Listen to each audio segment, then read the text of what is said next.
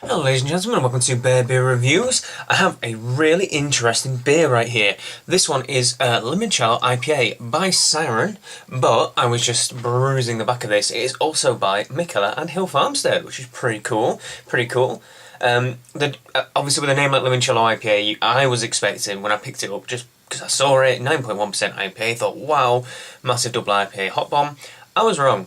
Because apparently on the back, they've done this to literally replicate the flavours you'd find in a limoncello liqueur, you know, lemon liqueur. So what they've done is they've done a 24-hour sour mash. They've mashed in and just left it and let it just get a little bit sour, a little bit acidic, and get some of that lactic bacteria producing some acid. Then they've sweetened it with lactose, and then just popped a bit of hops in it, really. So this has got a base of Pilsner with some wheat malt in it as well, and a bucket load of lemony, citrusy hops. So, I mean, I couldn't have been slightly more wrong. This is it's actually a sour beer, in theory, at 9.1%, and it's just right up my alley. I was expecting a massive hot bomb, to be honest, but you can always be wrong with these things, can't you?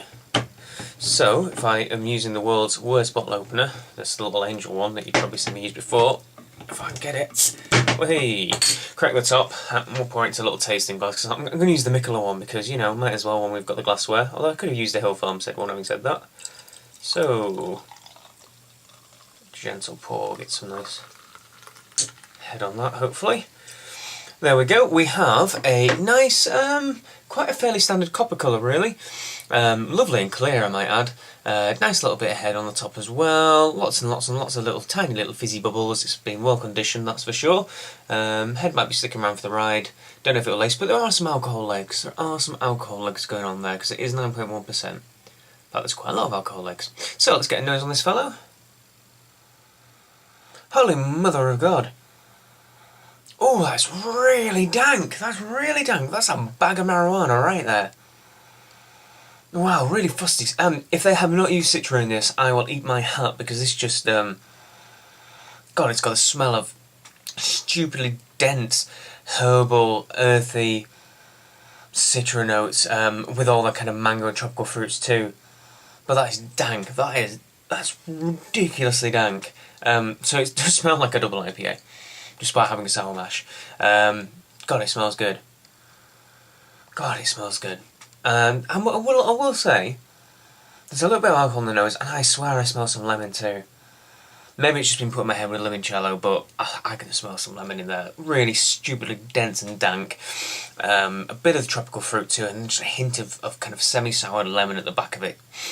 Smells great though, so cheers everyone, let's give this a try.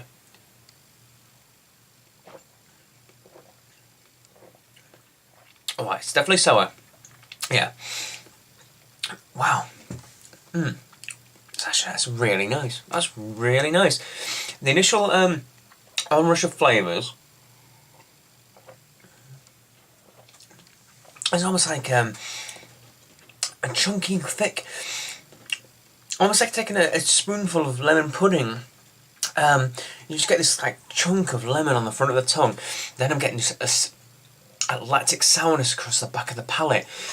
It makes me think, actually, I wonder if it's the lactose. They've slightly sweetened it with lactose to kind of counterbalance that sweetness. I wonder if I'm getting like lactose sugar on the front of the palate and then the sourness across the back of the palate.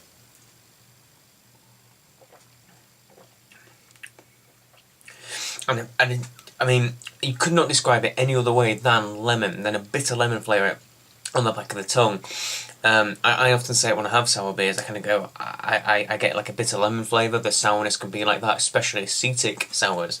This one, obviously, having a acidic sours, because this one's lactic sour because of the lactobacillus, so that's probably a lactose bitterness on the back of the tongue, giving that lemony flavour.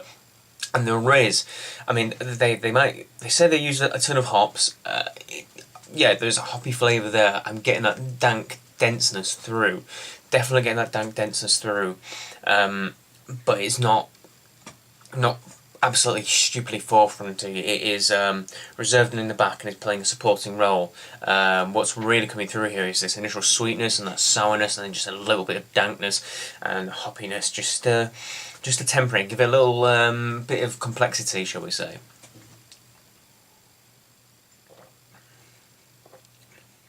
And in fact, the more my tongue's kind of adjusting to this the acidity, the more perhaps there is a bit of that dank citronous on the tongue.